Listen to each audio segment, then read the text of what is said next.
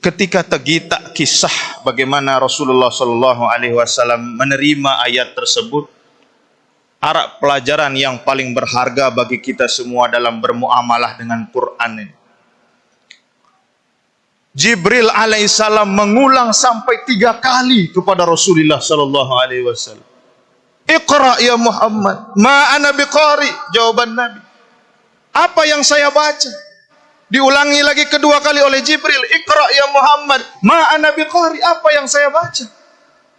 Diulangi sampai 3 kali oleh Jibril alaihissalam, Iqra ya Muhammad, ma ana biqari. Apa sih ku baca ini? Sebagian ulama menafsirkan maksud nama ana biqari, Nabi sini ndek tahu baca, ndek tahu nulis. Maka disebut ummi sini maksudnya ndek tahu baca, ndek tahu nulis. Nah, itu tidak sependapat dengan ulama yang mengatakan beliau tidak bisa baca, tidak bisa menulis. Karena ini mungkin manusia si paling cerdas tidak bisa membaca dan tidak bisa menulis. Maka ma ana biqari yang diucapkan oleh Nabi maksudnya apa sih ku baca ini? Karena Iqra perintahnya baca, lagu bacaan di neman ara, Quran di neman ara. Diulangi sampai 3 kali oleh Jibril alaihissalam. Baru kemudian yang keempat, Jibril melengkapi apa yang disampaikannya. Iqra bismi rabbikal ladzi khalaq, dan seterusnya. Nah, ulama menafsirkan mengapa Jibril sini mengulang-ulang Iqra ini. Maksudnya adalah dalam bermuamalah, dalam berdialog, dalam beradab, berakhlak kepada Quran sini arak telu tahapan. Tahapan si pertama, Iqra si pertama sini terbaca, tahapal Quran ini. Baca, hafalkan Quran. Ini Iqra si pertama. Setelah terbaca ya, setelah hafal Quran ini Iqra kedua, pelajari makna Al-Quran. Ini Iqra kedua.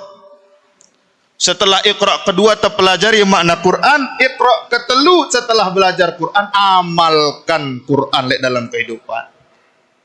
Baru Iqra si terakhir setelah kita membaca, menghafalkan, setelah kita mempelajari Al-Quran, setelah kita mengamalkan Al-Quran, kita hayati Al-Quran dalam kehidupan.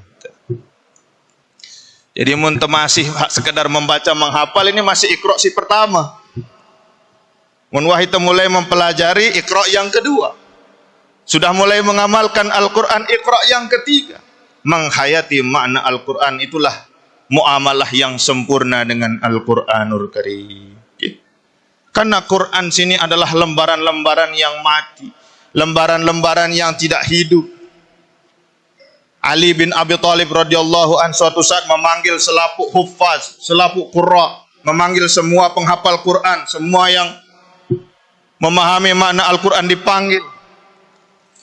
Lalu kemudian Ali bin Abi Thalib membuka mushaf di hadapan penghafal Quran.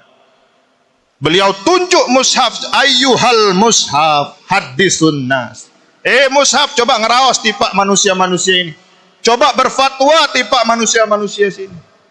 Akhirnya bingung selaput penghafal Quran, apa maksudnya Ali bin Abi Thalib. Lalu beliau menjelaskan, Quran sini ndak bau ngeraos. Ini kertas, benda mati. Yang membuat Quran hidup adalah siapa yang membacanya. Yang membuat Quran ini berakhlak adalah siapa yang mengamalkannya. Yang membuat Al-Quran ini bisa berfatwa adalah orang yang mempelajarinya. Maka jadilah kita orang-orang yang menghidupkan Al-Quran. Bukan hanya sekedar kita baca, bukan hanya sekedar menjadi jimat, bukan hanya sekedar jadi pajangan, tapi Quran betul-betul kita amalkan. Bagaimana mengamalkan Al-Quran? Jadikan Al-Quran ini sebagai panduan akhlak. Nabi ketika Aisyah radhiyallahu an ditanya tentang akhlak Nabi sallallahu alaihi wasallam, apa jawaban? Kana khuluquhul Quran. Akhlak Nabi sini Al-Quran. Mun temele kita Quran dalam bentuk manusia, coba lihat bagaimana akhlak Rasulullah sallallahu alaihi wasallam. Akhlaknya kepada orang tua, akhlaknya kepada anak-anaknya, akhlak kepada istrinya, akhlak kepada tetangganya, akhlak kepada lawannya, akhlak kepada kawannya, akhlak di dalam keluarganya, akhlak dalam masyarakatnya. Itulah yang kita tiru. Ini kadang-kadang luwe dengan nejak kita mengikuti sunnah Nabi, mengikuti akhlak Nabi, tapi akhlaknya tidak pada dengan akhlak Nabi. Mohon maaf, sunnah Nabi tidak sekedar celana cingkrang doang. Sunnah Nabi tidak sekedar baju gamis, bawak na belon, tidak sekedar itu. Luwe sunnah Nabi akhlak tadi pak batur sesama muslim, ini sunnah Nabi.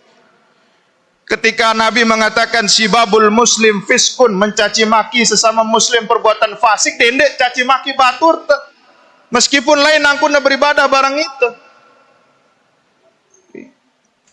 Ini akhlak adab telek masyarakat. Mau narak dengan si lain angkun barang itu, dendek saling caci maki. Ini jande tamu Ramadan ribut, nawaitu sauma godin, ini bid'ah, mulai wah. Dendek baca nawaitu sauma godin, ini bid'ah. Memang denara lah makanya. Nawaitu sauma godin ini melafazkan niatin. Memang dena wajib. Apa sih wajib? Niatnya sih wajib.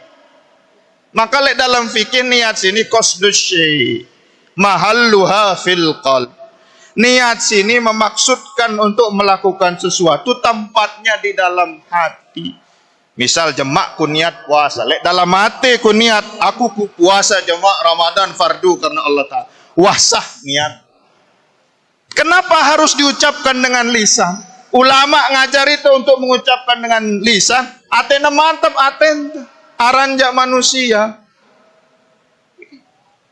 Wah mulai akhir-akhir Ramadan doang, wah lain-lain pikiran. Arak si mikir THR, arak mikir baju baru, arak mikir nyaurotang, arak mikir bayar zakat. Lupa niat berpuasa. Maka supaya ndek lupa niat puasa, setelah sembahyang tarawih, kita bareng-bareng baca niat puasa. Tena mantap hati.